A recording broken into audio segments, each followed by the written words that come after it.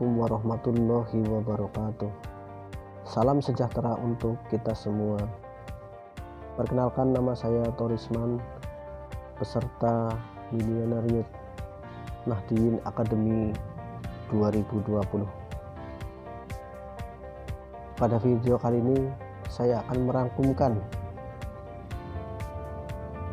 materi sesi keempat dengan tema pembangunan relasi dan jaringan sejak muda untuk masa depan gemilang. Memiliki jaringan bisnis yang luas merupakan hal yang dapat mempengaruhi jalannya usaha kita. Jaringan yang luas, solid dan kuat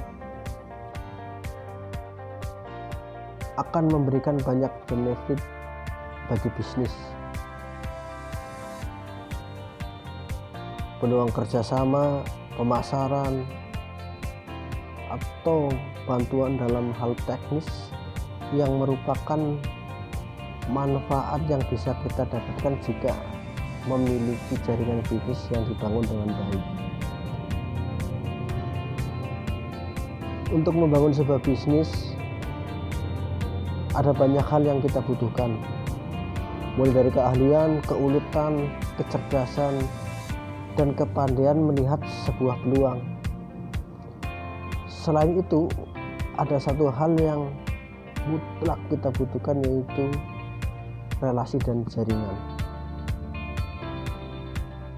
Ketika ada orang yang berkata kita membutuhkan relasi untuk membangun bisnis dan karir yang sukses,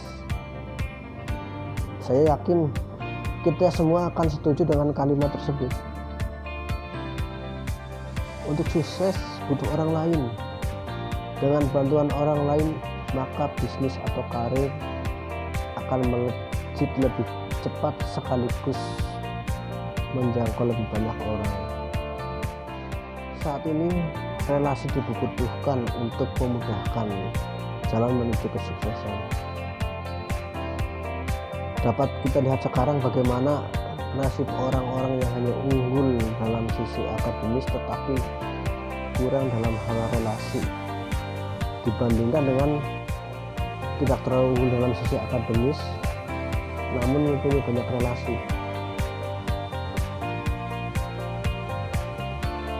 Lalu hal apa yang harus dilakukan dalam membangun jaringan?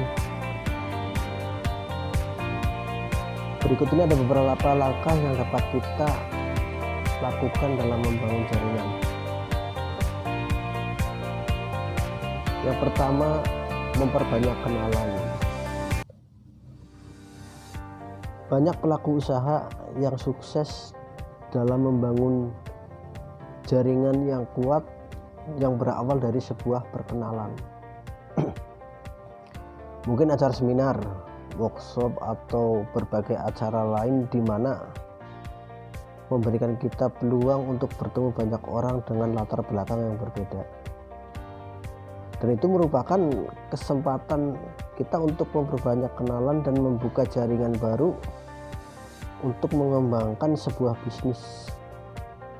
Lalu yang kedua, membangun kesan pertama. Ketika kita bertemu dengan orang yang baru, lingkungan baru, secara tidak sadar pikiran kita maupun lawan bicara akan menyusun sekian banyak asumsi dan persepsi tentang lawan bicaranya. Oleh karena itu sangat penting untuk membuat kesan yang baik. Keberhasilan dalam membangun kesan pertama yang baik akan memudahkan kita dalam tahap selanjutnya. Sebaliknya, jika asumsi dan persepsi kurang baik, maka dalam menjalankan tahap berikutnya akan mengalami kesulitan. Ada beberapa hal yang menentukan terciptanya kesan baik, yaitu penampilan dan cara berpakaian kita. Hal pertama yang akan dilihat orang lain tentang kita adalah penampilan. Namun ini bukan berarti penampilan fisik, tapi soal bagaimana kita menghargai diri sendiri dengan berpenampilan yang pantas, karena penampilan itu adalah cerminan karakter seseorang. Yang kedua, cara berjabat tangan. Dengan melakukan kontak mata dan tersenyum saat berjabat tangan itu akan membuat kita terkesan lebih menghargai seseorang yang kita ajak berjabat tangan. Berikutnya, cara kita memperkenalkan diri. Pada dasarnya perkenalan diri bisa jadi merupakan kesempatan untuk memberitahu tentang dari mana kita datang, orangnya seperti apa, sekaligus juga menjadi kesempatan untuk memperlancar komunikasi dalam membangun relasi. Berikutnya, ramah dalam berbicara. Sikap ramah bukan berarti merendahkan diri, tetapi merupakan sikap empati terhadap sekitar.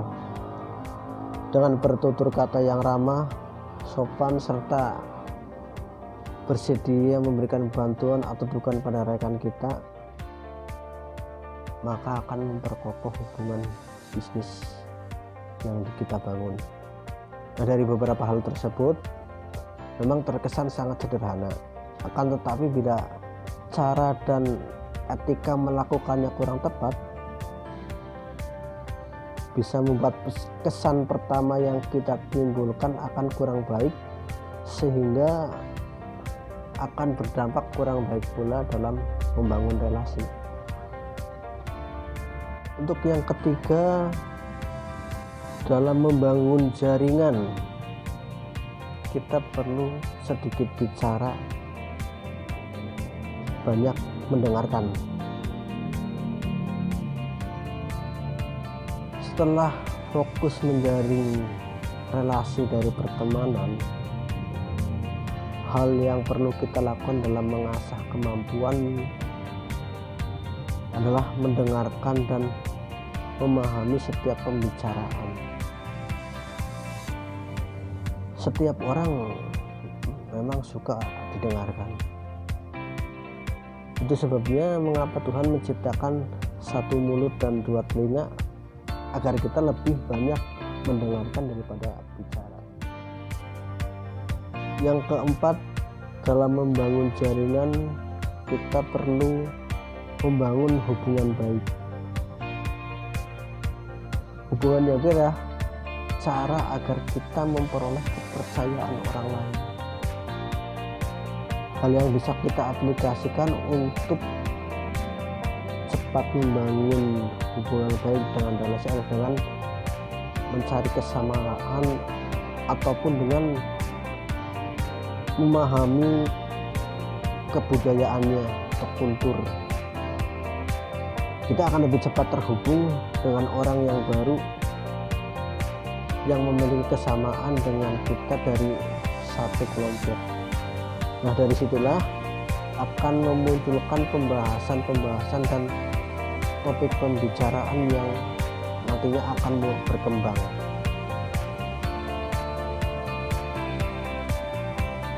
Yang kelima, memanfaatkan platform gratis. Nah, ini poin terakhir adalah kita bisa memanfaatkan platform gratis untuk membangun relasi. Kalau pada zaman dahulu menggunakan surat menyurat untuk berdiskusi dan membuka jaringan relasi. Berbeda dengan sekarang yang semuanya serba dalam genggaman tangan. Melalui smartphone kita sudah bisa mencari jaringan baru. Sekarang sudah banyak pelatihan kewirausahaan online yang bisa kita ikuti secara gratis melalui smartphone. Dari pelatihan online itu selain menambah ilmu dan pengalaman, juga akan menambah jaringan pertemanan baru yang nantinya bisa kita jadikan relasi. Nah, semuanya itu hanyalah sedikit gambaran dalam pembangunan jaringan dan relasi.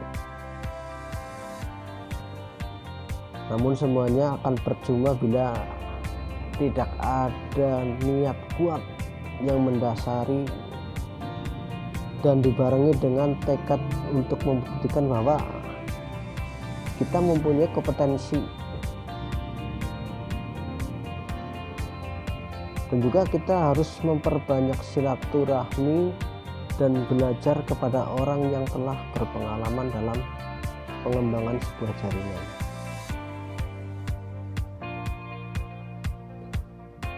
Mungkin hanya itu yang bisa saya rangkumkan dalam sesi materi keempat pada hari Kamis 16 Juli 2020. Saya akhiri, wallahul muwaffiq ila aqwamit thoriq. Wassalamualaikum warahmatullahi wabarakatuh.